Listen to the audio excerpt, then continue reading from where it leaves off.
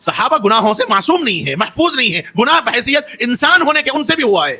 لیکن ان کو توبہ کی توفیق حاصل ہے، اللہ کے پاس ان کا مقام و مرتبہ بہت بلند ہے۔ اس لیے یہ بات ذہن میں رکھ لینا چاہیے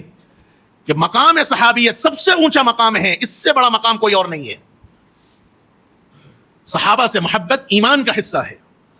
اور جو آدمی صحابی سے محبت نہیں رکھتا، صحابی سے بغض رکھتا ہے، تو ایسے آدمی کے سلسلے میں ہمارا ایمان اور عقیدہ یہ ہے کہ وہ اہل سنت والجماعت سے خارج ہے، اہل سنت والجماعت سے خارج ہے وہ شخص جو کسی صحابی پر الزام لگائے، نعوذ باللہ، چاہے وہ کوئی بھی ہو،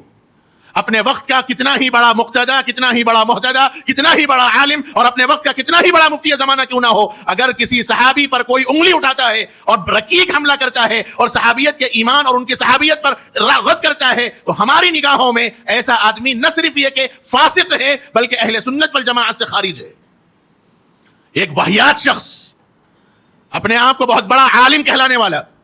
اور بہت بڑا یوٹیوبر،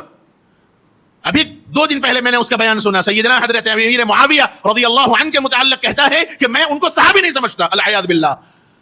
میں اس کو الفاظ بھی کہنے سے ڈر لگتا ہے کہ الفاظ کہتا ہے نقل کفر کفر نباشت، کسی کی غلط بات کہنے سے غلط نہیں ہوتا، کہتا میں معاویہ کو صحابی بھی نہیں سمجھتا، العیاذ باللہ، استغفر اللہ العظیم۔ کون معاویہ رضی اللہ عنہ جو نبی کے سالے ہیں؟ کون معاویہ جو کاتب قرآن ہیں؟ کون معاویہ جن کے متعلق اللہ کے نبی نے دعا کی، اے اللہ اس کو ہدایت دے اور اس کے ذریعے امت کو ہدایت دے؟ ایسے امیر معاویہ رضی اللہ عنہ جن کی امارت پر اسلام کا متفقہ فیصلہ ہے اور ان پر کوئی الزام نہیں ہے، ایسے شخصیت کے بارے میں ایک ناپیکار شخص کہتا ہے کہ میں اس کو صحابی نہیں سمجھتا، استغفر اللہ العظیم۔ ہم ایسوں کو اہل سنت والجماعت سے خارج سمجھتے ہیں۔ ایک صاحب نے یہ ویڈیو میرے پاس بھیجا اور ان کے متعلق مجھ سے حکم پوچھنے لگے، تو میں ان کو کیا جواب دوں؟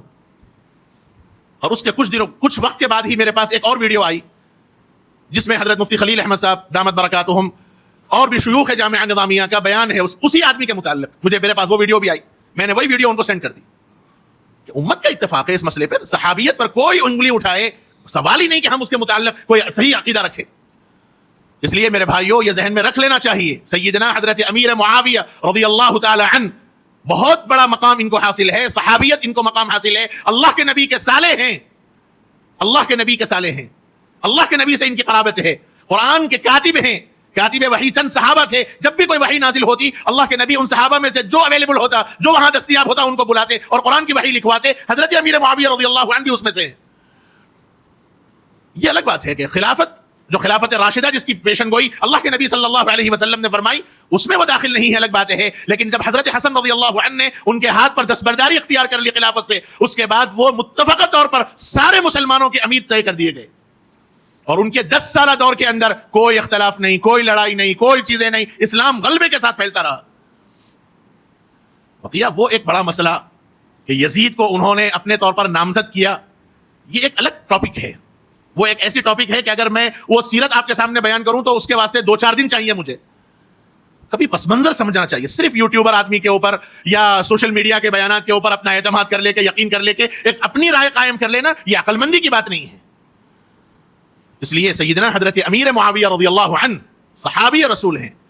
تمام صحابہ کے متعلق ہمارا عقیدہ ہے، ہمارا ایمان ہے، الاصحاب کلہم عدول، ہمارا عقیدہ ہے تمام صحابہ عادل ہیں، اور ان کا ہر ایک فیصلہ ہمارے لیے قابل قبول ہے۔ اختلافات ہوئے ہیں، صحابہ کے اندر بھی اختلافات ہوئے ہیں، صحابیت کا مقام ضرور ان کو حاصل ہے، لیکن بشری تقاضے، انسانی تقاضے، سوسائٹی کے اعتبار سے رہنے سہنے میں اختلافات ان میں بھی ہوئے ہیں، لیکن ان کا جو مقام اللہ کے پاس ہے اور ان کا مقام جو امت کے حق میں ہے، ان کا جو مقام و مرتبہ ملت کے واسطے ہے، ان کے مقام میں کوئی کمی نہیں آ سکتی۔ رضی اللہ عنہم ورضوا عنہ، اللہ ان سے راضی ہو گیا، سب سے بڑی سعادت اور سب سے بڑی خوشخبری یہی حاصل ہے ان کو، اللہ ان سے راضی ہو گیا۔